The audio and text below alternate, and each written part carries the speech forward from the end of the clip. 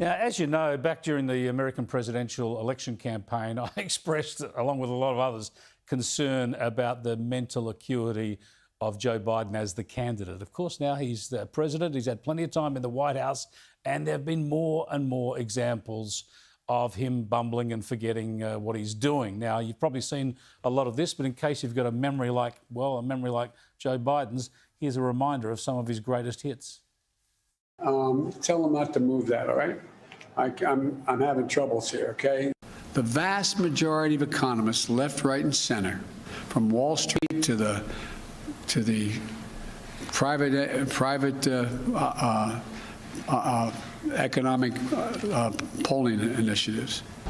Now, am I supposed to speak, or is Swathi going to say something? Going this way. Thank you all. I want to thank the former general. I keep calling him general, but the guy who runs that outfit over there. I want to make sure we thank the secretary. Representatives Shirley Jackson Lee, Al Green, Sylvia Garcia, Lizzie Pinelli, Pinell, and what am I doing here? What am I doing here? Good question, Joe. Let's bring in former Democrat White House staffer Barbara Heineback. Good to talk to you again, Barbara. As someone who used to work in the White House for a Democrat president, no less, you obviously would want Joe Biden to succeed. Are you worried by what you're seeing? Chris, you're breaking my heart. I think most people that know me, they know Joe Biden was not my first choice. He's a good man. He's a nice human being, but he has made gaffes over the years. He's been on the wrong side of history in terms of immigration, in terms of our wars. Just let me interrupt. Sorry, Barbara. I understand that. I understand. We spoke to you in the lead up to the election. But once he was elected, surely you wanted him to succeed as president. And are you worried by what you're seeing unfold now? I am so nervous right now. You know, we're a constitutional republic, and we go by the democratic process.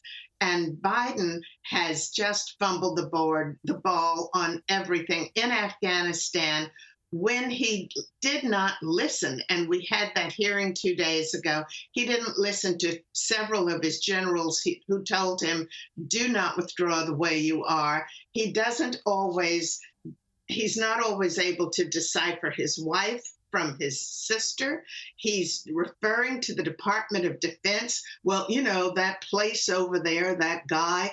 And is he talking about, you know, General Milley? Is he talking about the Secretary of Defense? He doesn't often know which city, which state he's in. He will not take press questions. And he's leaving his team in a lurch. Unfortunately, our withdrawal from Afghanistan we lost so much credibility in the war. And now I'm worried about these missiles that are flying around from China and North Korea, where they're back into some testing again, because I don't think they have any fear of Biden, whereas you never saw anything like that under Trump.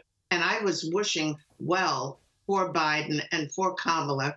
Biden's ratings are 38% right now, and it's just come out, I think, in the last day that Kamala has recently hired a couple of crisis management public relations firms. What does that mean? Crisis means, Houston, we have a problem. Maybe she's doing the numbers.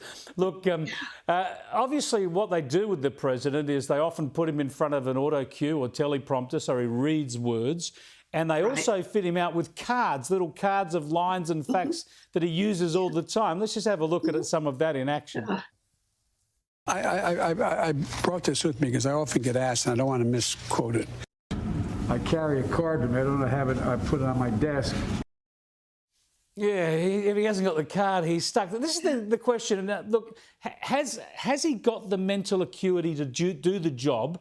And what would be happening among his advisors and senior Democrat officials to handle this? Do you think they would be talking about the possibility of a smooth handover to Kamala Harris midterm?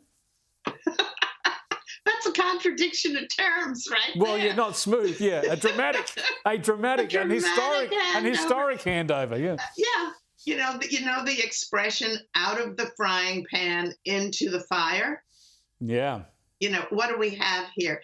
It is so unfortunate.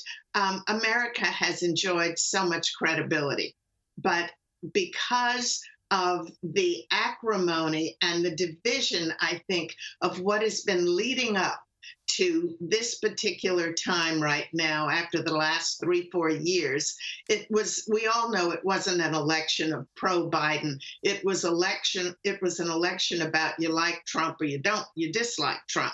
But even though they knew it was going to be tough going with Biden, I think most of us, we were hoping he might make it through the midterms. Yeah. Now, it's not so much about the midterms, but it's about, well, if we get rid of him, what have we got? And what do we do? The White House, the presidency, and the vice presidency has always been the top positions in the nation. It's not training camp. You don't go there to learn. You're spot on there, Barbara. It was a choice between a rock and a hard place, and I think we got the rock. We'll see. Thanks for joining us, Barbara. Thank you so much. Take care, Chris. Barbara Heineback, it's great to get her insights while she's out here in Australia.